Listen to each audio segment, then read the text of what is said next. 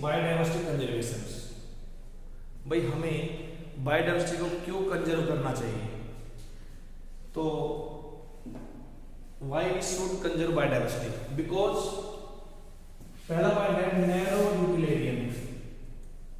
तो हमें बायोडायवर्सिटी से मींस प्लांट से एक तो फूड मिलता है, फोडर मिलता है, फ्यूल, फाइबर्स, फर्टिलाइजर्स, ठीक है बेटा, वुड मिलती है हमारे को, टेनिंग्स मिलते हैं, रबड़ मिलती है, लेटेक्स, मिल्क, बहुत सारी चीजें होती है, like a coconut milk, oils मिलते हैं, स्पाइसेस मिलती हैं।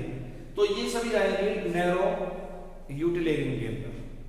लगभग 25% जो ड्रग्स हैं, चाहे वो आयुर्वेद में है, चाहे वो एलोपैथी में है, चाहे वो होम्योपैथी के अंदर, तो लगभग 25,000 प्लांट की स्पीसीज से ये हमें मिलती है। फिर आता है यहाँ पर ब्रॉडली यूटिलिटेरियन। तो ऑक्सीजन का और CO2 का बैलेंस जो मेंटेन करते हैं वो प्लांट्स ही करते हैं, है ना। समुद्र के अंदर भी बहुत सारे एल्गी है, साइनोबैक्टीरिया भी है और एल्गी भी है, तो वो भी बेटा O2 प्रोड्यूस करती है, तो ये O2 और CO2 का बैलेंस भी ये मेंटेन करेंगे। लगभग 20% जो ऑक्सीजन है वो आती है अमेज़न रेन फॉरेस्ट से, जिनको हम बोलते हैं lungs of the planet. Okay, फिर है पॉलिनेशन। तो इसके अंदर जो बम्बल बीज होती है, हनी बीज वगैरह होती है ना, बटरफ्लाई होती है, तो ये काम करती है पॉलिनेशन का। अगर इस काम को हमें दे दिया जाए और इनको हटा दिया जाए तो बेटा ये जो प्रोसेस होगा बहुत कॉस्टली होगा, है ना। इसके लिए मिलियंस डॉलर्स की रिक्वायरमेंट होगी। जो काम ये फ्री में कर रहे हैं, हनी बीज और बम्बल बीज वगैरह या बटरफ्लाइज, ओके। अगर आप लोग एक सिलेंडर की कीमत देखें ऑक्सीजन की तो बहुत महंगा पड़ता है आपको, लेकिन हमें नेचर इसको फ्री में दे रही है। एस्थेटिक प्लेजर्स, तो अगर बायोडायवर्सिटी मेंटेन रहेगी, वो डैमेज नहीं होगी, डिस्ट्रॉय नहीं होगी, डेटरेशन उसका नहीं होगा, तो उसको देखकर जब हमें अंदर से एक प्लेजर महसूस होती है। When we go in any zoo और बोटेनिकल गार्डन्स, तो आप लोग अलग अलग तरह की फिश देखते हो, कहीं पर मंकीज देखते हो, कहीं पर अलग अलग तरह के एनिमल्स, प्लांट्स देखते हो, तो वी फील सम प्लेजर्स, है ना, तो उसको कहेंगे हम एस्थेटिक प्लेजर्स। अगर ये प्रजाति ना हो, ये स्पीसीज ना हो, तो शायद हम नेक्स्ट जनरेशन को ये चीजें नहीं दिखा पाएंगे, है ना। Now next is ethical. ये हमारी मोरल ड्यूटी बनती है, इनको सेव करना, इनको कंजर्व करना, इनको बचाना, क्योंकि जितना हमारा अधिकार है, जितना हमारा राइट है इस अर्थ के ऊपर, उतना ही राइट इन एनिमल्स का भी है और प्लांट्स का भी है। तो ये हमारी मोरल ड्यूटी बनती है कि इनको। तो बेटा सबसे पहले आता है इन सिटू कंजर्वेशन।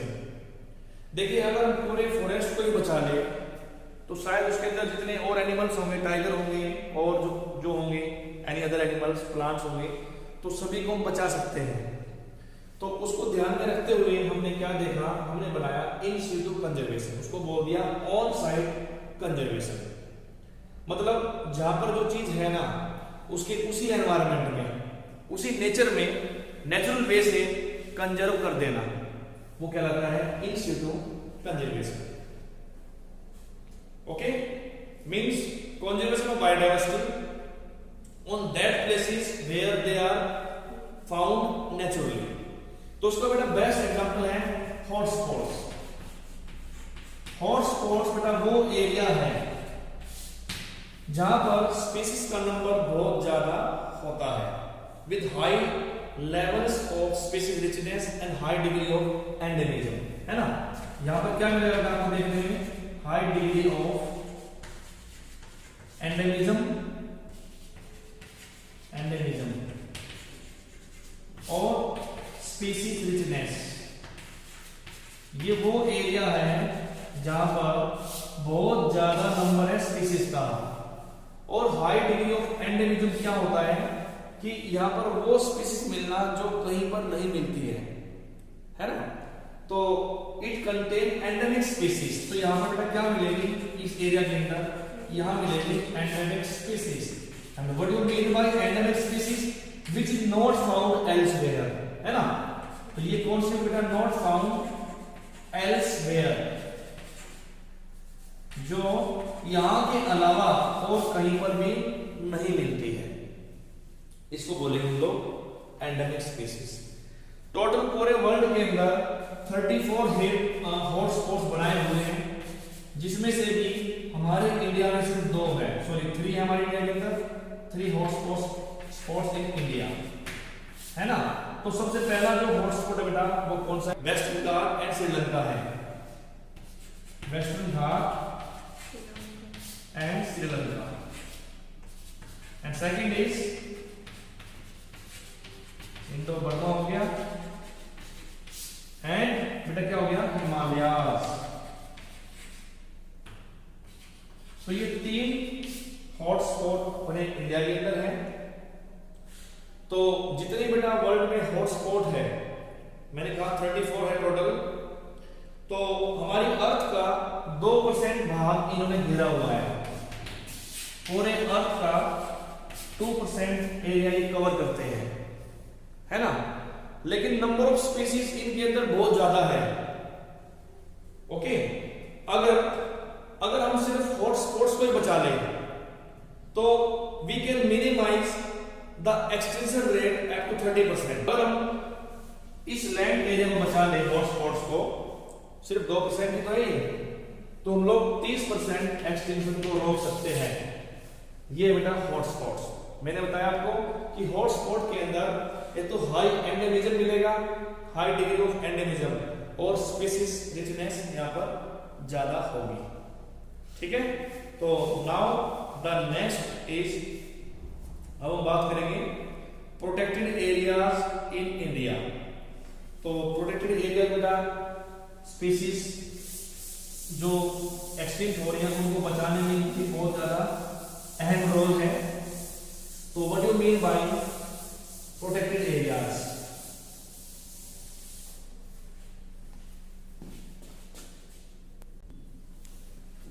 तो उसके बाद आते हैं प्रोटेक्टेड एरिया।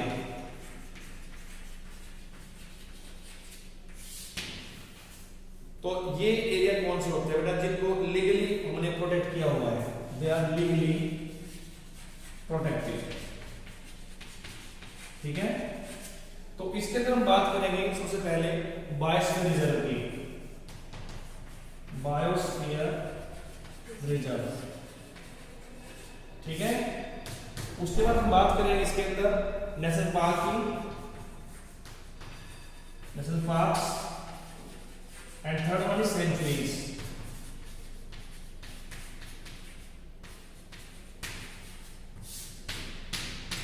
ओके, तो हमारे इंडिया में टोटल बायोस्फीयर रिजर्व बेटा 14 है। नेशनल पार्क जो है वो 90 है according to data from NCERT, and sanctuaries are 448, लेकिन ये नंबर ऊपर नीचे हो सकता है।